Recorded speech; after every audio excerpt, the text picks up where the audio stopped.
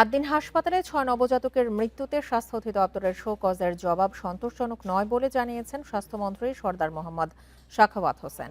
আলোচনা করে ব্যবস্থা নেওয়া হবে বলে জানান তিনি। দুপুরে সচিবালয়ে সাংবাদিকদের সঙ্গে আলাপকালে এই তথ্য জানান স্বাস্থ্যমন্ত্রী।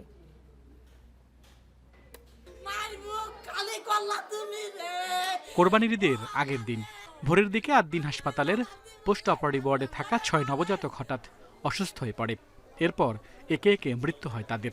হৃদয় বিদারক এই ঘটনায় দেশ জুড়ে শোক ও ক্ষোভের সৃষ্টি হয়। তদন্তে নামে স্বাস্থ্য মন্ত্রণালয়। এসি বন্ধ থাকা, বিকল্প ভেন্টিলেশন ব্যবস্থা না থাকায় কার্বন ডাই অক্সাইডের মাত্রা বেড়ে যাওয়ায় ৬ নবজাতকের মৃত্যু হয় বলে উল্লেখ করা হয় তদন্ত প্রতিবেদনে। ৪ জন প্রতিবেদন প্রকাশের দিনই হাসপাতালটিকে কারণ দর্শানোর নোটিশ দেয় স্বাস্থ্য অধিদপ্তর। মৃত্যুর ঘটনায় লাইসেন্স কেন বাতিল করা হবে না তা জানতে চাওয়া হয় নোটিশে। জবাব দিতে ৯ জন পর্যন্ত সময় দেয় আদ্দিন কর্তৃপক্ষকে।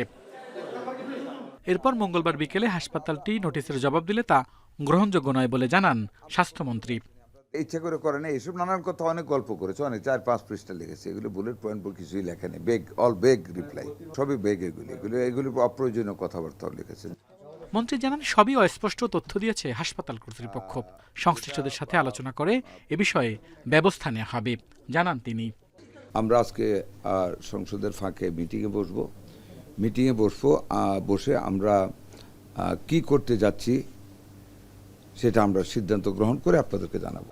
এদিকে এই ঘটনায় তদন্ত কমিটির প্রতিবেদন প্রকাশ, দায়ীদের বিরুদ্ধে ব্যবস্থা, কর্তৃপক্ষের ভূমিকার ব্যাখ্যা চেয়ে স্বাস্থ্য মন্ত্রণালয়, অধিদপ্তর ও পুলিশের ৮ কর্মকর্তাকে আইনি নোটিশ পাঠিয়েছেন সুপ্রিম কোর্টের এক আইনজীবী।